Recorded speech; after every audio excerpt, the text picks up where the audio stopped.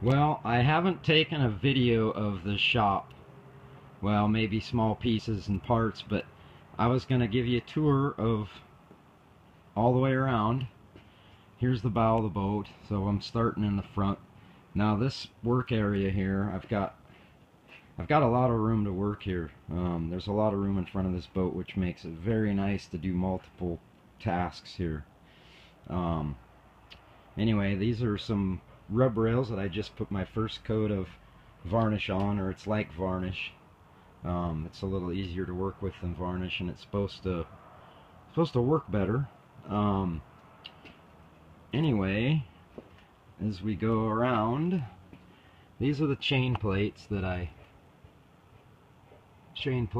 areas that the gel coat cracked, and the chain plates were old, the bedding was bad, and it basically made these little cracks. It was all cosmetic, but it looked terrible. So in self-defense of that, I basically painted around.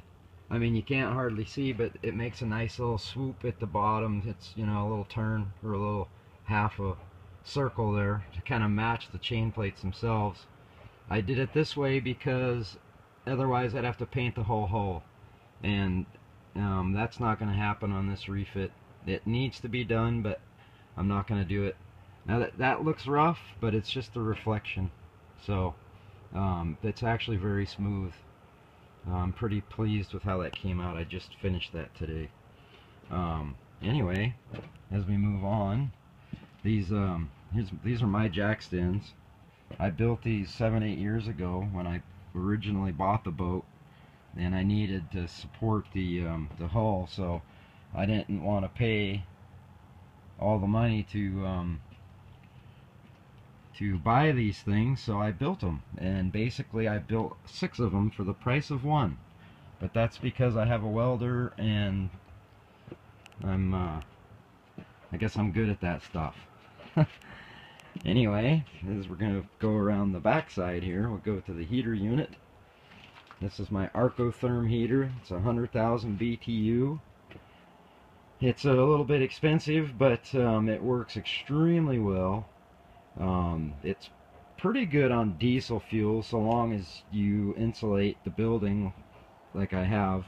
Now this unit exhausts outside, so that's all you get is heat. You don't get exhaust also like standard ready heaters, as they call them. I got 30 feet of snorkel tube on the front here. Now this I just have under the keel here, but you can run this up inside the boat also. So if I just want to keep the inside of the boat warm, I can run that hose up into the cabin, and basically I just concentrate the heat in the cabin itself. And the unit does leak a little bit of air, so there is heat that comes off of it, and the stack puts off a little bit of heat too. So it's about 15 degrees variance between the inside of the cabin and inside the shop, and I do that when I don't have to dry paint or worry about things freezing inside. But this is the thermostat. I just got it hanging there. Basically it just has a little coil on the side, and that's what controls the heat. It's really handy, and that comes on with a cord, so you can drag it inside. You can put wherever you want the heat, it'll regulate it. So anyway, then we're kind of working around the back side here. This is kind of unfinished. You can't see it, but this building's kind of on a hill, and I had to make a little footer here, so that's why this gaposis is here. It's not flat ground. Anyway, it's a little bit tight, but it's not too bad beside the boat there.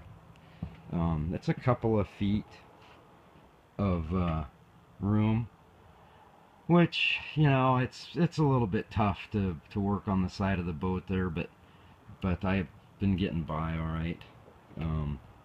There's my 8-foot bench here. It's just, you know, all temporary. Sitting on sawhorses works out pretty good. Here's my makeshift shower, and that's my drain, the bucket.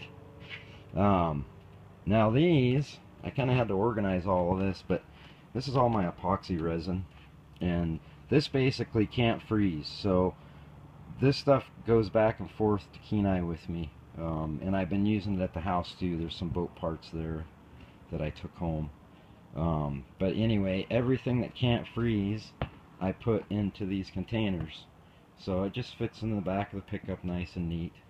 And I have everything I need either in Kenai or here, so it works out pretty good.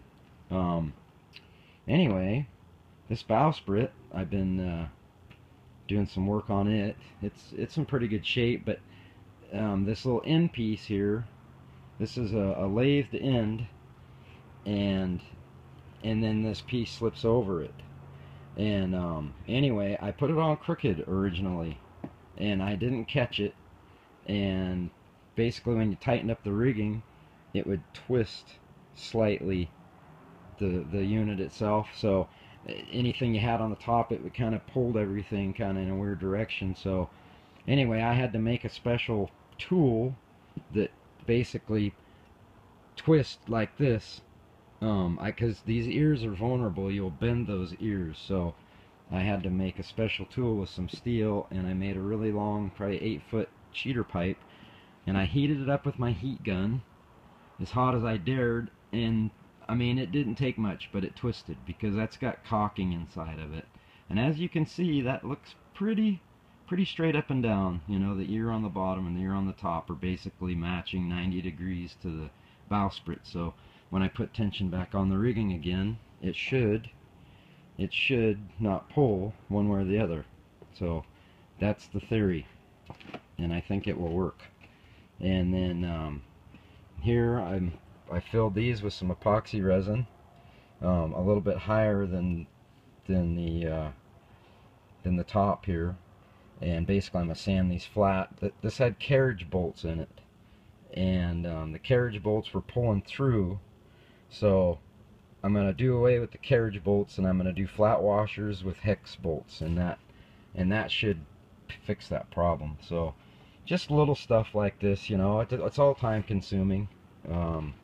But, you know, it needs to be done. At least I think it needs to be done. Some people tell me I'm a kind of a perfectionist, but anyway, that's just, I want it all to be right. Now these are the rub rails that go on the sides of the boat, right up here. And I took them all off because I had some leaks behind them, and I'm going to fix all that. But while I was at it, I'm putting on some coats of some Cetal, so I think I already said that. Anyway, so alright, well, we've gone all the way around, and that's my workshop. So talk later.